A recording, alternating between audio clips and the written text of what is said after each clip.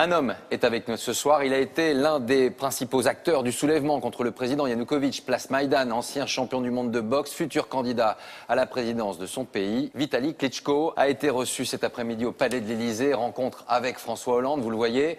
Et il est, ce soir, notre invité. Bonsoir Vitali Klitschko, merci d'être avec nous.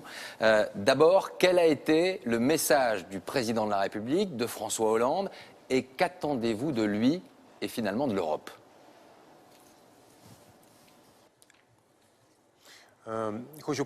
Eh bien, je voudrais remercier le président Hollande, car la rencontre d'aujourd'hui a été très efficace et la position française est très claire. Il ne s'agit pas seulement de la sécurité en Ukraine, mais aussi de la sécurité en Europe, car déstabiliser un grand pays européen peut conduire à toute la déstabilisation de l'Europe. Alors il faut trouver une solution à ce problème, sans passer par la force, une solution politique. Et ça doit être l'objectif prioritaire de tous les hommes politiques européens.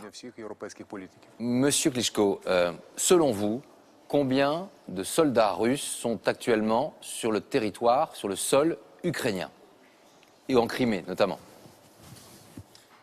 Eh bien, selon nos dernières estimations, il y a actuellement plus de 30 000 militaires russes qui se trouvent sur le territoire de la Crimée. Alors justement, on va regarder notre reportage. Nos équipes sont sur place. Ils ont pu constater que votre armée, vos navires, sont tout simplement entourés par les forces russes. Reportage Arnaud Comte, Stéphane Guillemot et Arnaud Gidon. Et on vous retrouve juste après. Ils contrôlent l'accès à la mer Noire. Des hélicoptères d'attaque de l'armée russe en vol de reconnaissance dans la baie de Sébastopol. Les deux appareils encerclent par les airs la flotte ukrainienne. Signalement reçu, je le vois. Maintenus à quai par la contrainte. Ils sont arrivés par là-bas. Cela fait 2 jours qu'ils survolent la baie. Le matelot première classe Evgeny assure la veille aujourd'hui. Et il n'en est pas peu fier. À chaque fois, nous les voyons arriver à temps. Pour l'instant, c'est nous qui chassons les Russes. Cela ne fait qu'1 an que ce marin sert son pays. Et pourtant... Bien sûr que je suis prêt à me battre pour ma patrie, pour mon père et pour ma mère.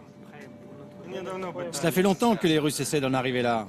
Mais quoi qu'il arrive, quoi qu'ils décident, on ne rendra jamais nos bateaux. Ils sont ukrainiens. À plusieurs reprises, des commandos de la marine russe ont tenté de prendre possession de ces bâtiments. Mais les marins ukrainiens ont systématiquement refusé de se rendre.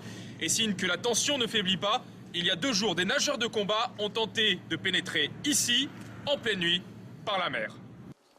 Depuis 17 ans, en vertu d'un accord, la Russie et l'Ukraine se partagent la base navale de Sébastopol, occupée à 80% par ces bâtiments de guerre russes.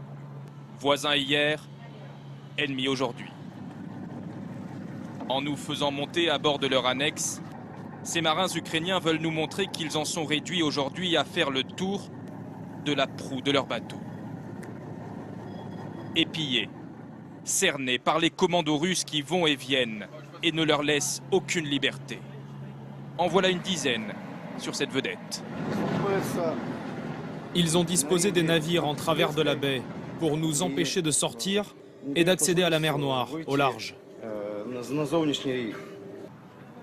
Les forces navales ukrainiennes ont été appelées à se rendre par le nouveau Premier ministre pro-russe de Crimée. Mais cet officier se l'est juré, jamais il n'obéira à un tel ordre. S'ils nous considèrent comme une force occupante et qu'ils utilisent la force contre nous, nous serons obligés de riposter. Et ces dirigeants autoproclamés auront du sang sur les mains. Ils devront alors en répondre devant le tribunal pénal international. La baie de Sébastopol est au cœur du conflit qui agite la Crimée. Une ouverture stratégique sur la mer Noire que la Russie entend protéger à tout prix. Alors, monsieur Klitschko, que dites-vous ce soir à Vladimir Poutine quand vous voyez ces images? Stop à l'ingérence?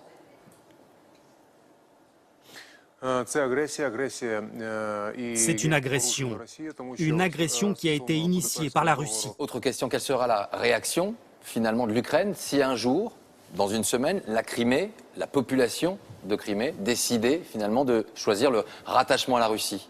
Quelle sera votre réaction? Pour vous, c'est impossible, inenvisageable?